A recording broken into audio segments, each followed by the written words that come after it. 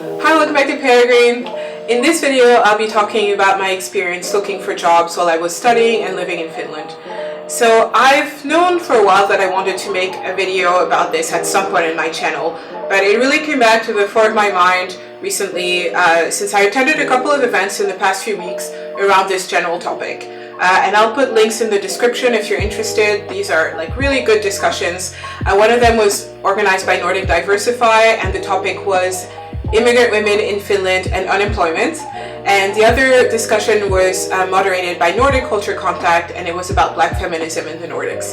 So I'm making this video now because I want to share my experience with people who are thinking of moving to Finland or a similar country, or maybe you're there already and you're wondering, what the experience is like looking for a job, or you're looking for tips or just somebody else's experience. And so I hope that with that I can bring a little bit of guidance, or at least, some outside view.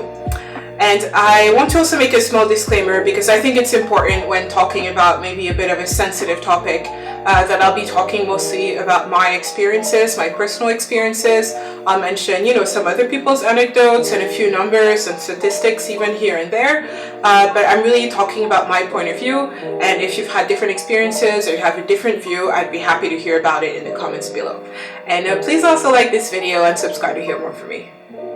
So first, a bit of background about me and why I even ended up in Finland. So you'll know this if you watched my Pillars video or any video I've made talking about Finland. But before I ended up in Helsinki, I was living and studying actually first in New York for 8 years. But after some time, I wanted to study for my master's in design, and so the Nordic countries seemed like a really logical place to me. I also spoke a bit of Swedish and Danish, and I knew that I was really interested in that part of the world. So when I found a master's program that really was a good fit for me, I applied and thankfully got in, and that's how I ended up going to Aalto University in Helsinki. As I mentioned, I was already working in New York before I went for my master's, so I had some working experience. And I had been freelancing, so I had a lot of, let's say, hustle, because I didn't have a choice, right? So I was always looking for the next project, and that was really how I was able to continuously work while I was in New York. So I had this idea that when I would get to Helsinki, I would kind of keep the same attitude and as much as possible the same momentum, and be able to work maybe part-time while studying, or at least working in the summer. So I really came with that attitude that as someone who already had experience, it may not be so difficult if I thought it might be difficult, but I was at least motivated to try and network and try to find a job while I was there, even already during my studies. And for later, I thought, well, who knows, maybe if there are opportunities, I might stay longer, but at least during my studies, I already want to be able to work in my field. So my methods for looking for jobs were quite traditional, let's say, basically just cold calling and networking. So in terms of cold calling, it was quite straightforward. I just had this big spreadsheet that I made where I listed all the companies I could find. I really had this specific goal of working in a design agency doing consulting. So that was my goal at the time. So I listed as many companies as I could find in Finland, elsewhere in the Nordics. I think I also had a few in like Netherlands, France, UK. The main goal was to just find a place to work during the school year, so mostly Finland, and the other countries were maybe for the summer. And so I contacted every company where I could find a contact information.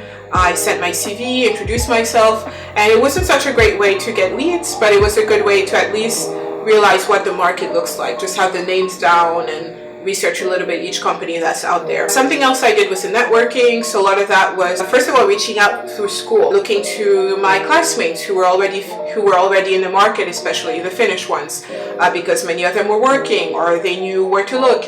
Also my professors, and also lots of events. So it's maybe not the same in every field, but in design it's not uncommon to have lots of meetups, info sessions, hackathons, like these kinds of events where you can meet people from different companies and also try to become a bit active on the market so that people also see who you are. Once you go to a few of these events, it's a bit of a small world. So once you ask a few questions or you're active at a couple of meetups or hackathons, people will start to know who you are. And it doesn't guarantee a job, of course, but I think that also helped to just be like really part of the network or the industry after some time. So next, let's talk about the hurdles that I encountered while looking for jobs in Finland. So the first one I would say is companies that are only looking to recruit Finnish people. And this, to be honest, is is understandable in some cases. There are some jobs where you need to be fluent depending on who you'll be interacting with, and that's an understandable requirement. And as you may know from my previous videos, I did study Finnish actively while I was living there, but there's no way I was at a level where I could do like all of my job effectively in Finnish. I could have casual conversations, maybe a bit deeper level, but I couldn't do my job to the same ability as a Finnish person. So that is an understandable requirement. And one way you might see this is, for instance, if you're on a company's Finnish website and you'll see a careers page, and then you click to see the English version of the site and the careers page disappears. And that happened to me quite a few times, and it's a bit disappointing, of course, but one can understand why there are these requirements. In those cases, I would still reach out and still contact the company just in case, but usually that wasn't really an option for me to find a job in this type of place. But sometimes the messaging is not so clear, and I can give an example of that as well. So I remember going to a recruitment event one evening for a company that I kind of had my eye on, is, let's say, quite well known within my field.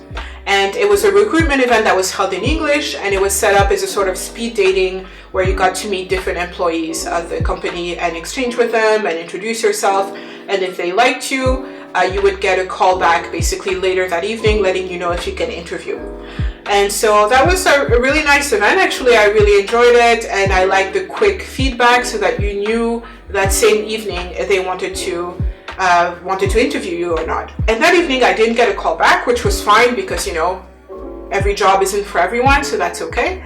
But then I found out from a couple of my friends who did get invited to interview that as far as they knew, only Finnish people had been called back. So that was a bit disappointing because the event was held in English, and there was really this impression that it is open for everyone. Otherwise, why hold the event in English?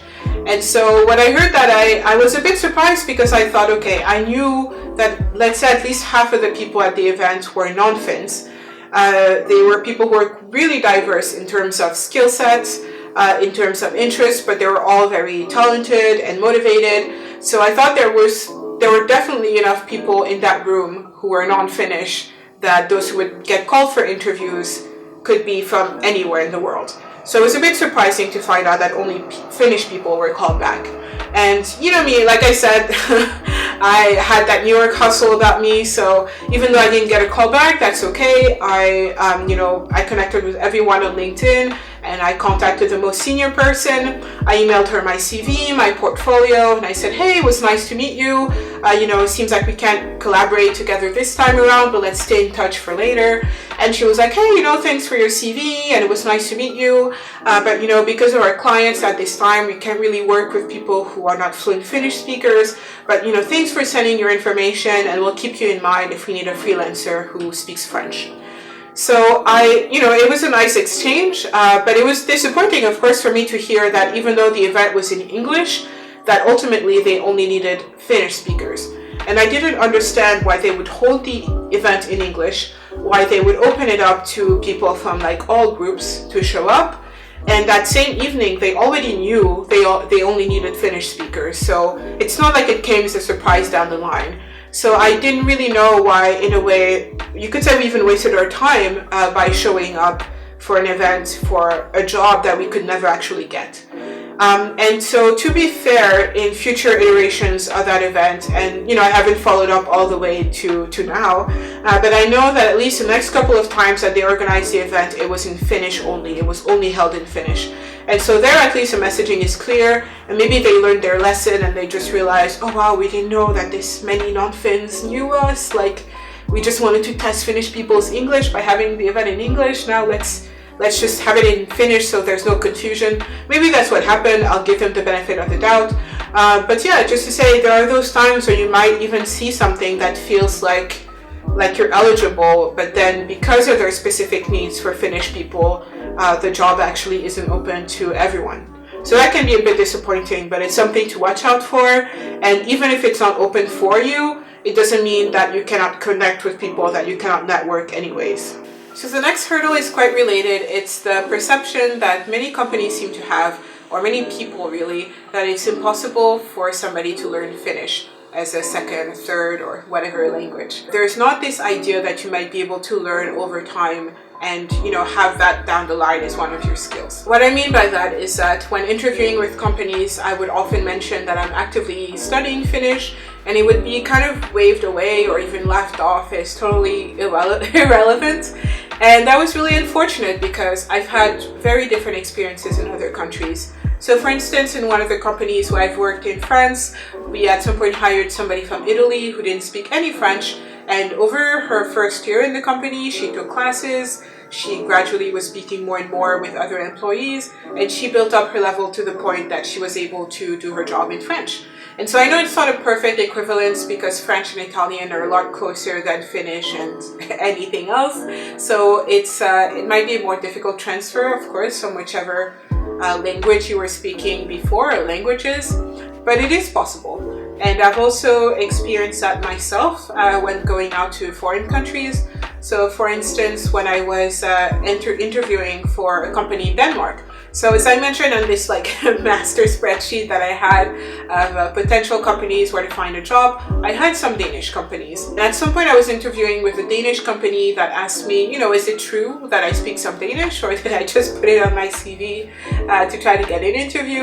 And we had a short conversation in Danish, and they were like, okay, well, this is nice. Of course, we understand that you're not able to do your job in Danish at this time. But if you were to come and work with us, our expectation is that, when you see people speaking Danish at lunch or on the coffee machine, that you would join in, that you would, kind of practice that way and get more and more comfortable, that you would take classes outside of work. We'll support you in that. And within a year, we expect you to be carrying out all the tasks in Danish or English, depending on the project. And so that is in a way a bit intimidating, of course, because there's now this goal that within 1 year you need to be at a certain level. But it's also really encouraging because they're telling you that they've seen it before, they expect it from you, they're going to help you along the way. So now you go into it thinking that that's also your goal. On the other hand, in Finland, I haven't had this experience. I imagine that some companies have this kind of attitude, but that's not what I encountered in any interviews that I've had or any companies that I've worked in. And there, really, the attitude is if you don't speak Finnish from childhood, you never will. So I think, like I mentioned, one of the issues here is employers who don't imagine that you can one day learn and one day carry out all your tasks in Finnish. Because, when you see an employee who doesn't speak Finnish yet, but you think, oh, but one day they will. Within a year they will. The first year I will get as much as I can out of this employee in English tasks, whether they're internal or, client-facing in English, and while helping them to learn Finnish, and within a year they can do it all. That's actually such a rich employee to take on, I would think. But the mindset isn't there. But also sometimes they don't have examples to look at. I've encountered several people who have been living in Finland for several years, many years in some cases, who still don't speak Finnish. They have no intention to try, they never have tried. Some saying it's too late, some saying it's too hard. And so the more people kind of have this attitude, even once they get the job, that then they're like, okay, well, I will stay here and I'm not going to learn Finnish, is not creating good examples for their employers who then say, oh, okay, yeah, so I expect also the next person to come in and also learn Finnish over time, because they haven't seen it yet. So it's kind of a, issue on both sides. I really believe that companies should encourage their employees to learn the local language and help them as well to do that, whether it's, casually with conversation or actually formally with classes, and also have this open attitude that, okay, you're coming in, you don't have the language level yet, but eventually you will, and that's why you're valuable employee for us, or potential employee. And I would also like to see from employees or, job seekers, this attitude that you're trying to learn the language. But sometimes the structures are not really in place to help that. So for me, when I was studying Finnish, I had access to really great courses through my university, but the courses were also not always that accessible. So the courses were often scheduled at times that overlapped with even mandatory courses in my program. I was also studying at the time where our school was kind of exploded over 3 campuses, and so the classes were not always offered on my campus. So I was traveling 30 to 45 minutes just to get to class, and I couldn't understand why most of my classmates just just stopped taking class after the mandatory level was passed, and we only had to study Finnish up to, I think, about a semester, and that's really not a lot. That's very, very basic phrases that you'll forget soon if you're not using them. But I understand why people dropped out, right? Because any job that they were applying to was either looking for Finnish people or non-Finnish people, so no in between, no idea that you will learn over time. The scheduling was difficult, so it doesn't really encourage you at all. And you also see people who have been there for many years telling you, don't bother, you don't need it. So it's really self-perpetuating. And I also heard from somebody who, I think she studied for her bachelor's in Jyväskylä, and it was an English program, so it was a bachelor's for 3 or 4 years, and she was telling me that there were no Finnish courses offered at her university. And that was, for me, very shocking. Like, I don't understand how this university could welcome international students to an English language program and never give them any opportunity to learn Finnish, to help them, you know, get by more easily in society, to get a job afterwards, because some of these people might want to stay. And I think that's also the intention by having a bachelor's in English, is to attract talent who will stay, but then you're not giving them the language skills to stay comfortably and to compete on the market. So there are really issues on all sides here that make it so that companies are not really imagining that you will one day reach the Finnish level that they need for you to do your job effectively. And what I hear also from a lot of Finnish people is that they are not used to hearing people speaking Finnish imperfectly. And if I compare, for instance, I'm sure many of us have worked with people in English who didn't have perfect English, who made some grammatical mistakes here and there, who mispronounced certain things, who mixed up some words, but they still could come across as intelligent, as clear, they could communicate, they can do their job effectively. That didn't get in the way. But in Finland, they're not as used to hearing people with different accents or with some small mistakes. So the level is really high, the level of Finnish that they're looking for to consider that you're doing your job well. And that level also needs to kind of go down, like that expectation needs to go down, so that you're able to speak Finnish, I mean, well enough. I'm not saying to speak it in a trashy way, but well enough that you can communicate and you can get along with people so that they understand what you're saying, with the idea that you're going to improve over time. But as long as the expectations stay that high, there are too few examples of people who have learned effectively, that companies continue to consider that you will never learn and that they discourage you from starting, this problem is going to continue.